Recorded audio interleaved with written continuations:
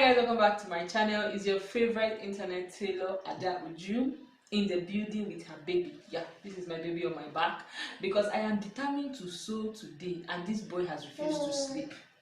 So back he goes because we must sew today. You guys know, as a mom, if you have a baby, you people know the struggle when it comes to sewing.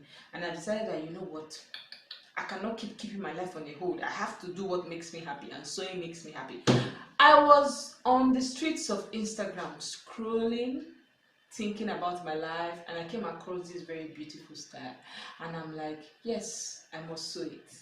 You guys know, since I gave birth, if you've been noticing my trends, I've been sewing more bubus, easy wears, simply because when I want to change a diaper when I'm outside my house, I don't want to be struggling with tight skirt or tight gown. This phase of my life is where I'm going to be wearing simple bubu, you know, giving you guys that rich auntie vibe. Yeah, so this style really qualified for the rich auntie vibe, and in this video I'm going to show you guys how to cut and sew the bubu. Okay, now to tell you people that God really wants me to sew this gown, I checked, you know, the pile of fabrics I have, and I found this, and I bought this doll face fabric when I was pregnant because I was trying to do tutorials then, but it wasn't working because your girl was always sick. And if you've been here long enough, I used this Ankara print to make the bow tie skirt in 2020, and I found, in fact, when I saw it, I'm like, amazing. This is what we call amazing. So in this video, I'm just going to show you how to make. Enough of the talking. Let's just go into making the gown. I'm very excited. Okay, see you in the tutorial. See ya.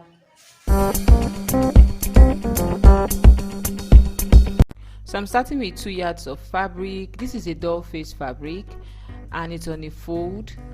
The length we'll be working with for this tutorial is 45 inches. So from the top I marked 45 inches, connected my markings together, and I just cut out my working piece. So after cutting out the working piece that I needed, the next thing I went ahead to do was to fold it again, making it a fold of, is it 2 or 4? Sha, look at you seeing what I'm doing. Then I opened up the side because you guys know on the fold we had like one whole straight fabric. So I opened it up so you can have like the front part and the back part of this outfit. So from the center I marked 4 inches. Okay, from the center I marked 4 inches. For the neck depth and for the neck width I marked 6 inches. Okay, then I connected my markings together to form the neck outline. Okay, now from the center I also extended my tape and I marked my shoulder point at 8.5 inches. Okay, then from that point I went down by 1/2 inch.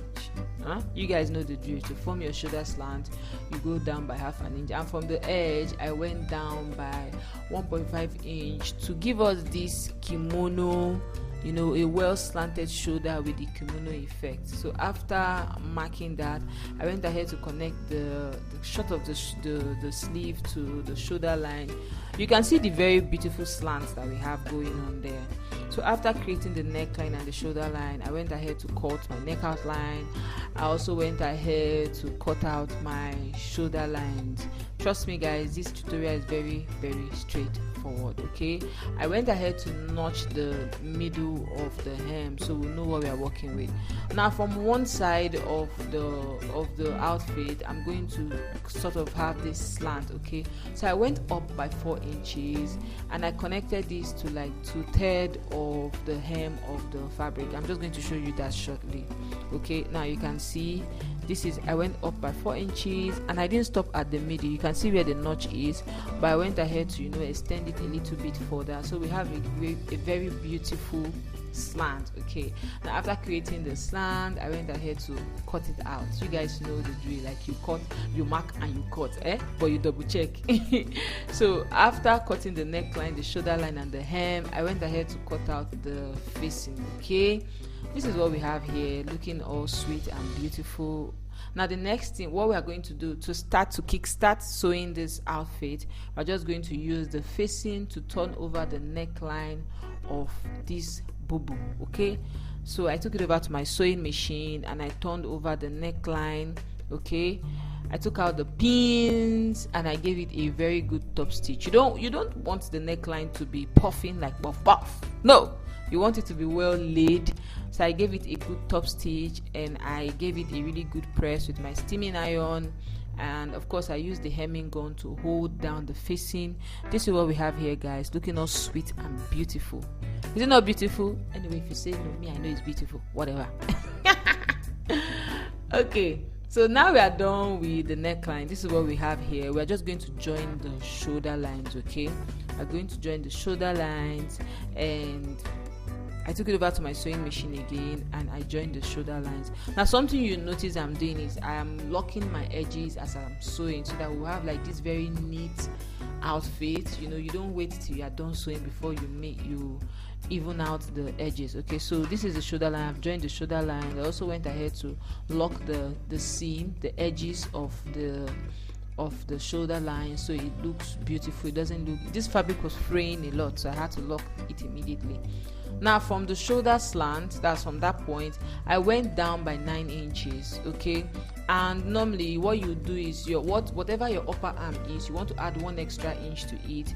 Then you know, mark it at that point so that there will be ease for your hand to go into the outfit and come out of the outfit. Do you understand? So it depends on how much freedom you want. That depends what you mark at that point.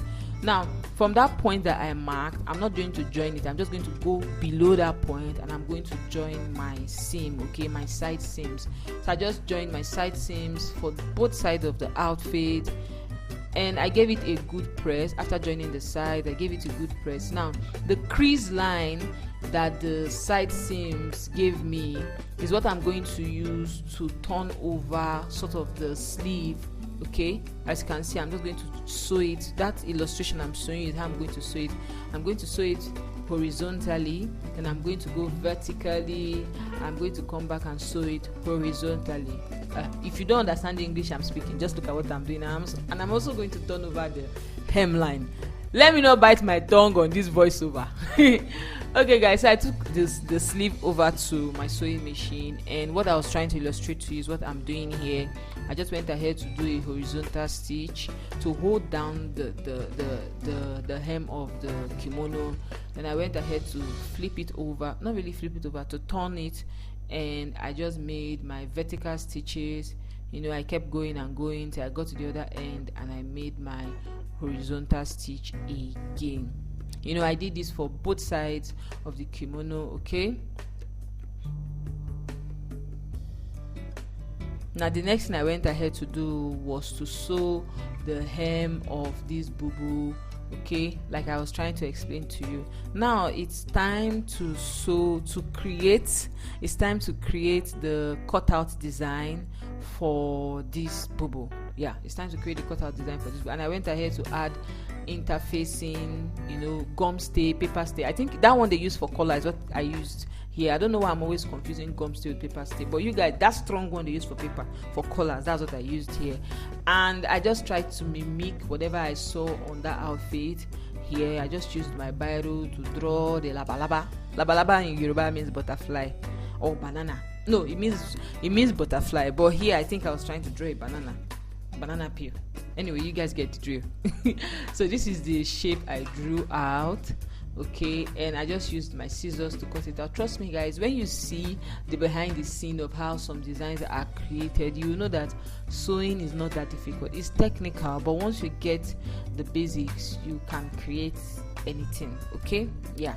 So I went ahead to cut it out so that I will have like this beautiful, sort of try to mimic, you know, what the design that was on the outfit. Okay, and this is what we have here.